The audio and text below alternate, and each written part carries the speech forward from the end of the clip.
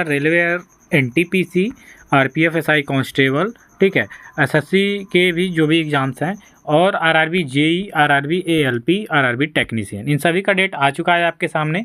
तो इन सब के लिए हम लेके आए हैं आपके लिए साइंस और जीके जीएस का प्रैक्टिस सेट। आज ये प्रैक्टिस सेट 7वें नंबर का होगा। इससे पहले 6 प्रैक्टिस सेट आपको दिए गए हैं, तो जाके देख सकते हैं, प्ले लिस्ट में वीडियो पड़ी हुई है। साइंस और जीके जीएस टोटल 40 क्वेश्चन होते हैं, और ये काफ़ी ज़्यादा इंपॉर्टेंट हो गए आपके एग्जाम की दृष्टि से। तो वीडियो क्लास तक बने रहिएगा। सभी क्वेश्चन काफ़ी ज़्यादा इंपॉर्टेंट हैं और आपके प्रीवियस ईयर के क्वेश्चन पे आधारित हैं। तो चलिए स्टार्ट करेंगे पहले क्वेश्चन से। सबसे पहले साइंस देखेंगे कि सोडियम धातु को किसमें डुबोकर रखा जाता है। बात करेंगे सोडियम धातु का, तो ये ऑक्सीजन के संपर्क में जैसे ही आता है जल जाता है, ठीक है। जैसे जल में आप फेंकेंगे तो जल में ऑक्सीजन होता है, तो उसके संपर्क में आने से ये जल में आग लग जाता है, ठीक है। तो सोडियम धातु को उससे बचाने के लिए केरोसिन यानी मिट्टी के तेल में डुबोकर रखा जाता है। तो बी ऑप्शन यहाँ पे आपका करेक्ट हो जाएगा। नेक्स्ट क्वेश्चन की बात कर लेंगे कि जल का पीएच मान कितना होता है। तो देखिए, जल का गंधहीन, रंगहीन, पारदर्शी होता है, ठीक है। न उसमें रंग होता है कोई, न कोई स्वाद होता है, न कोई गंध होता है। तो ऐसे जो पदार्थ होते हैं वो उदासीन में आते हैं, ठीक है। तो यहाँ पे न्यूट्रल हो जाएगा आपका, यानी कि इसका पीएच मान हो जाएगा 7। देखिए, किसी भी पदार्थ का पीएच वैल्यू 7 होता है तो ये न्यूट्रल होता है। क्या होता है? न्यूट्रल, यानी कि उदासीन। क्या होता है? उदासीन, ठीक है। तो यहाँ पे आपका जल का पीएच मान कितना हो जाएगा? 7। तो ये क्या है आपका?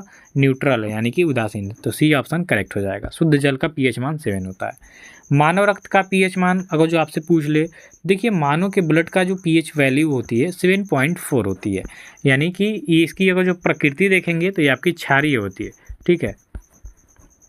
बेस में आपका बेस जो होता है ना, बेस होता है, यानी क्षारीय होता है, ठीक है। 7.4। देखिए, जब 7 से अधिक कोई भी पदार्थ का पीएच वैल्यू होगा तो क्षारीय हो जाता है। 7 से जो यानी 6.9 तक जो रहेगा ये आपका अम्लीय रहेगा, ठीक है। तो यहाँ पे मानव रक्त का पीएच मान, यानी मानव के रक्त का पीएच वैल्यू पूछा है, 7.4 है, तो 7 से अधिक है, तो इसका प्रकृति क्या हो जाएगी? क्षारीय हो जाएगी। ओके, नेक्स्ट क्वेश्चन देखेंगे, शराब का पीएच वैल्यू क्या हो जाएगा। तो शराब का पीएच मान आप देखेंगे तो ये आपका हो जाएगा 3.5, ठीक है। यहाँ पे ए ऑप्शन करेक्ट हो जाएगा, 3.5, यानी कि इसकी प्रकृति आप देखेंगे तो एसिडिक हो जाएगा, एसिड हो जाएगा इसमें, ठीक है, अम्लीय हो जाएगा। ए ऑप्शन करेक्ट हो जाएगा। कुपोषण में सबसे अधिक किसकी कमी होती है। अब कुपोषण की बात करेंगे तो सबसे ज़्यादा कमी हो जाएगी, जो मेन चीज़ है प्रोटीन, जो शरीर के निर्माण में, यानी कि शरीर में जो ऊतक होते हैं उनके निर्माण में ये सहायक होता है। तो सबसे ज़्यादा कमी इसी की होती है, किसकी? प्रोटीन की। तो बी ऑप्शन करेक्ट हो जाएगा आपके एग्जाम की दृष्टि से। ये क्वेश्चन काफ़ी ज़्यादा इंपॉर्टेंट है।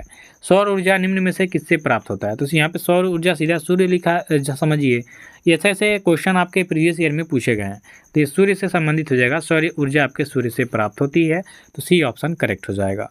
अगले क्वेश्चन की बात करेंगे कि भारत ने अपना पहला परमाणु उपकरण का परीक्षण कहाँ पर किया था। तो 1974 की बात कर लेंगे तो सरकार थी आपके इंदिरा गांधी की, ठीक है।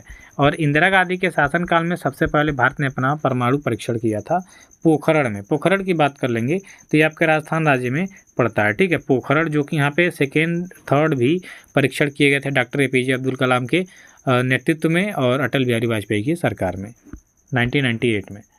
एक साधारण चुंबक किसे आकर्षित नहीं करता है। तो एक साधारण चुंबक की बात करेंगे तो ये कांसा धातु को अपनी ओर आकर्षित नहीं करता, बाकी लोहा, निकिल और स्टील इनको क्या करता है, ये अपनी तरफ आकर्षित करता है। तो सी ऑप्शन यहाँ पे करेक्ट हो जाएगा कि एक साधारण जो चुंबक है ये कांसा धातु को आकर्षित नहीं करता है।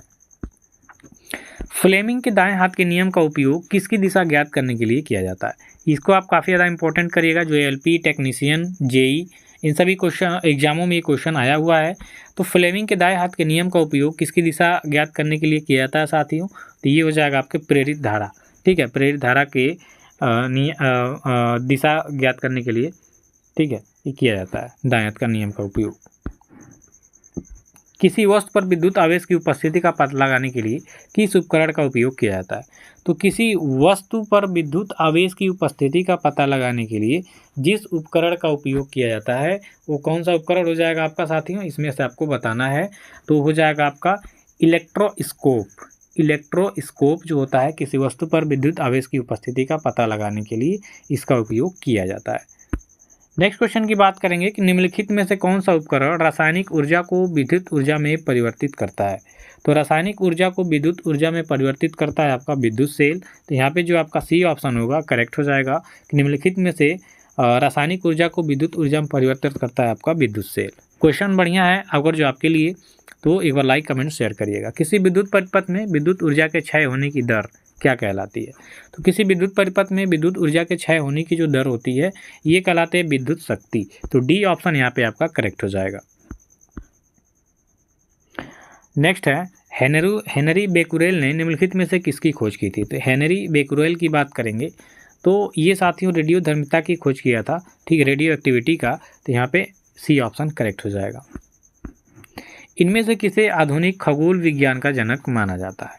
खगोल विज्ञान की बात करेंगे तो गैलीलियो गैलीली ने दूरबीन का आविष्कार किया था और इन्हीं को खगोल विज्ञान का जनक माना जाता है। तो ये ऑप्शन करेक्ट होगा। नेक्स्ट है कौन सा उपकरण ध्वनि तरंगों को विद्युत संकेतों में परिवर्तित करता है? तो कौन सा उपकरण है जो ध्वनि तरंगों को विद्युत संकेतों में परिवर्तित करता है? तो ये आपका माइक्रोफोन हो जाएगा। डी ऑप्शन यहाँ पे आपका सही उत्तर हो जाएगा। नेक्स्ट है निम्न में से किसकी कमी से मधुमेह यानी कि डायबिटीज़ होता है? तो डायबिटीज़ की बात करेंगे तो ये आपके शरीर में जब इंसुलिन की कमी होती है तो आपको डायबिटीज़ हो जाता है, यानी कि शुगर, जिसको आम भाषा में बोलते हैं शुगर हो गया इनको, तो इंसुलिन की कमी से होता है। बी ऑप्शन करेक्ट होगा। नेक्स्ट है तना काट आमतौर से किसके प्रवर्धन के लिए प्रयोग किया जाता है? तो तना काट आमतौर पे किसके परिवर्धन पे? तो ये आपके गन्ना हो जाएगा, ठीक है। तना को काट काट के नहीं लगाते हैं, उसका अखिया बोलते हैं, आँख है आँख बचा के।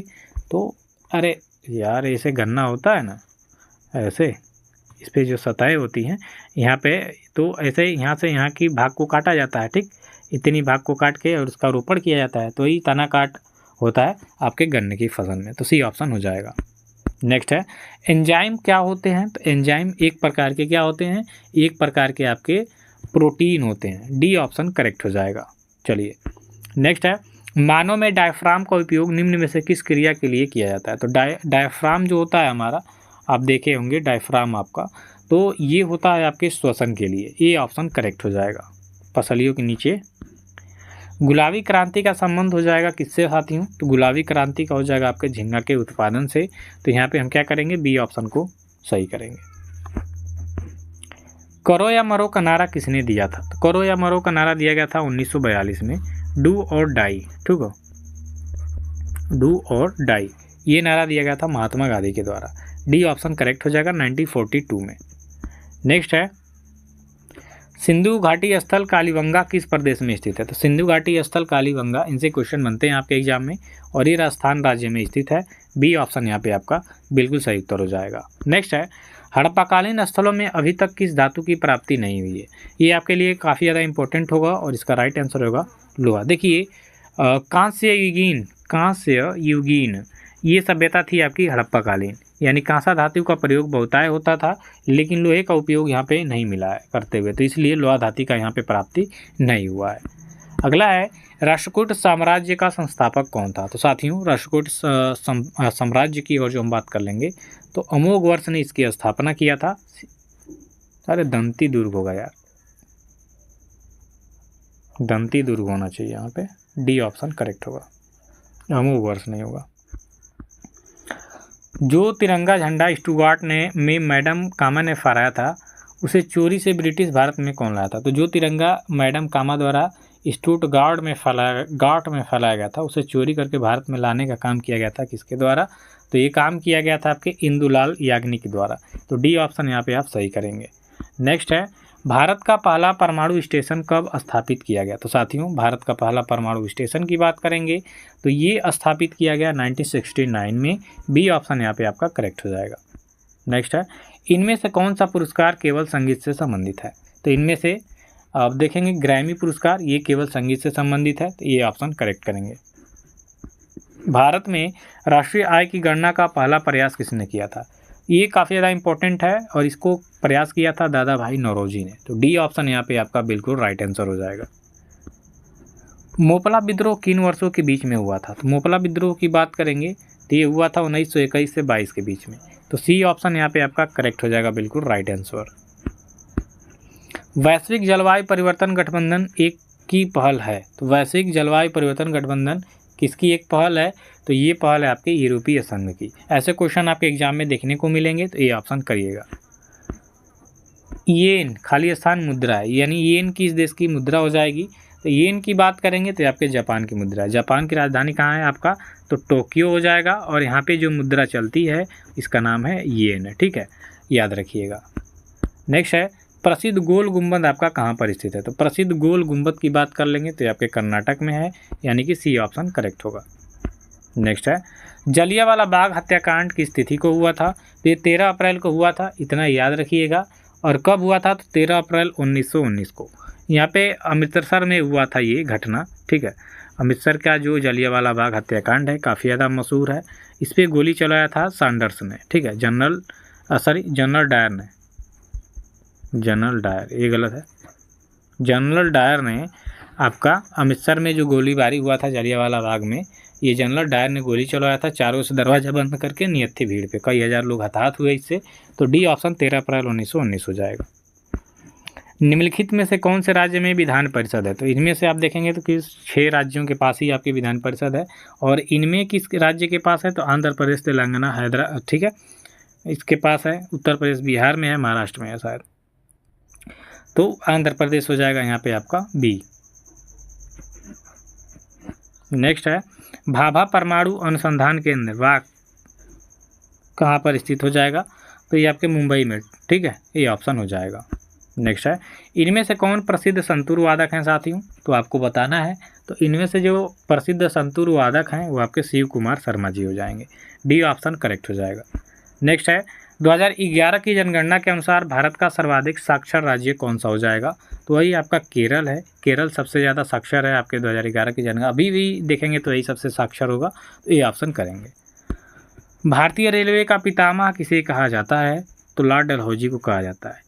क्यों, क्योंकि 1853 में, ठीक है, 1853 की बात करेंगे तो 1853 में भारत में सबसे पहले रेलवे लाने का जो काम था वो आपके लॉर्ड डलहौजी के शासनकाल में हुआ, जो मुंबई से थाने तक चली थी 34 किलोमीटर तक, ठीक। तो बी ऑप्शन करेक्ट हो जाएगा।